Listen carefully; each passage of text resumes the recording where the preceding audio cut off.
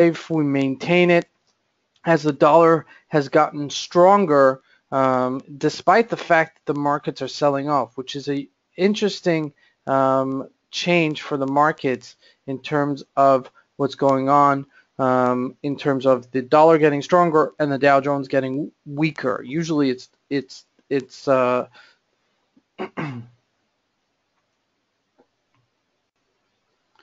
Good morning, traders. Welcome to today's market review. Good morning, traders. Welcome to today's market review. This is Fred Razak at CMTrading. Today is January 13, 2016, and today is Wednesday morning. So looking at the economic calendar today, we have one major number coming out. That's 5:30 South African time. That is an oil inventory number telling us what is the status of our inventories in terms of oil barrels internationally. Now, it's a major number since we've seen oil tumble more than $70 a barrel over the past 12 months. So keep an eye on that later today. But looking at the graphs, let's start with the Euro USD. Euro USD back to 108.28, as you can see right here. We sold off from this 109.25 level, and we're back down to this support level here. I mean, this was really a layup, ladies and gentlemen, because, you know, I've mentioned this last week that this was coming closer to resistance. And if you let out a little bit of a sell here, a sell position here, then once you were in the money, set up a second sell position, and then a third sell position once you've already had a nice run on the first two positions, and then lay off a little bit as you get closer to the resistance level. This was a 100 pip move, and, you know, needless to say, it could have been a very, very profitable trade had you listened to our market review the last couple of days. We don't do this because, you know, we're doing it for ourselves. We're sharing this information for your success as well. So, you know, this is really a big layup, and it really irks me, and this is why I'm a little bit upset at some of our clients for not taking advantage of this free daily review that we give. Looking at the USD CAD, it's tapering off a little bit, but not enough to really call it a day. It's just keep on going higher and higher. It's at 142.52 here and still breaking up new highs. Looking at the monthly calendar, we could still hit to 159. That might take a little bit of time, but, you know, ultimately we are trending. Until you see a reversal of the trend, don't fight the trend.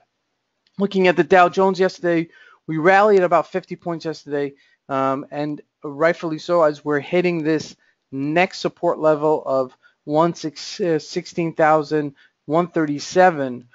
We still have way to go to, you know, reclaim some of our losses from before. We may be able to see 17,000 again before we see some sort of a continued bear market. But needless to say, I think we are starting a bear market in the Dow Jones, as we mentioned it a couple of times earlier. Looking at oil, we dipped below 30 bucks yesterday at 29.95-ish level. Right here, you can see it.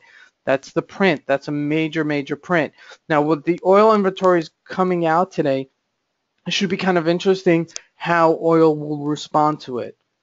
I mean, inventories are obviously lower, price will go higher.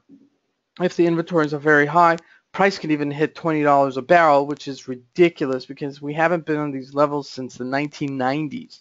So, you know, this is going to be a very interesting scenario as the oil continues to sell off with the deflation internationally.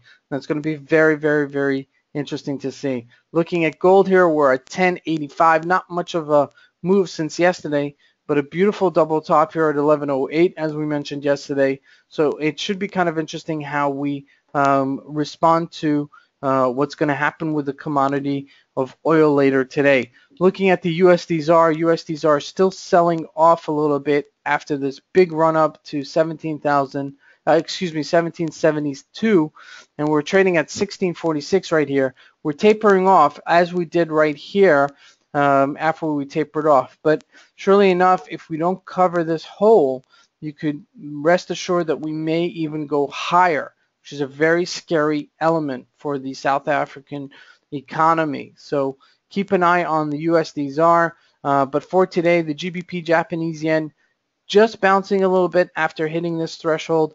this may be a good place to actually pick it up for a nice bounce to 175-ish level. That would be my target. That would be something I'd be looking for. But again, if it doesn't go right away, make sure you have your stop losses in place.